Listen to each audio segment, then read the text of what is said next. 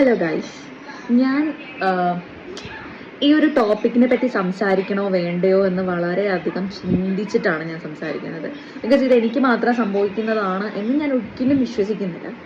കാരണം കഴിഞ്ഞ ഒരു ഒരു 1.5 വർഷമായിട്ട് എനിക്കൊരു 10 കിലോ വെയിറ്റ് കൂടിയിട്ടുണ്ട്.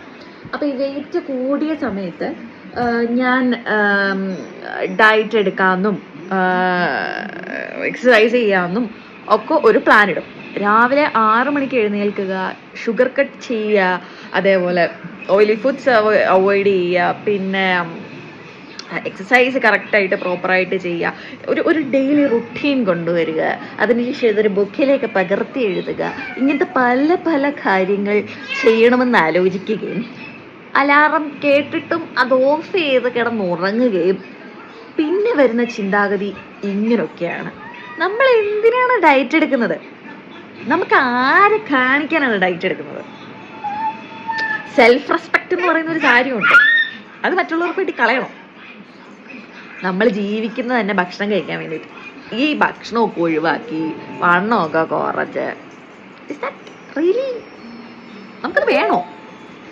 It's A question mark. അപ്പോൾ ഡയറ്റ് എടുക്കൂല. പക്ഷെ പിറ്റേ ദിവസം നല്ല ചെത്ത് പെമ്പിള്ളാർ നല്ല ഉപ്പൊക്കെ ഇട്ട് നല്ല ശുണ്ട്രമണിയായിട്ട് നടന്നു പോകുമ്പോൾ വിഷമം വരും. അപ്പൊ വീണ്ടും ഡയറ്റ് എടുക്കാൻ തോന്നും. ഡയറ്റ് എടുക്കാൻ തോന്നി 6 ദിവസം കഴിയുമ്പോൾ നമുക്ക് തോന്നും വേണ്ട, നമുക്ക് ഭക്ഷണം കഴിക്കണം. ഭക്ഷണം കഴിച്ചാലേ നമുക്ക് ജീവിക്കാൻ പറ്റുള്ളൂ. നമ്മൾ ജീവിക്കുന്നതിനും ഭക്ഷണം കഴിക്കാൻ വേണ്ടിയിട്ടാണ്.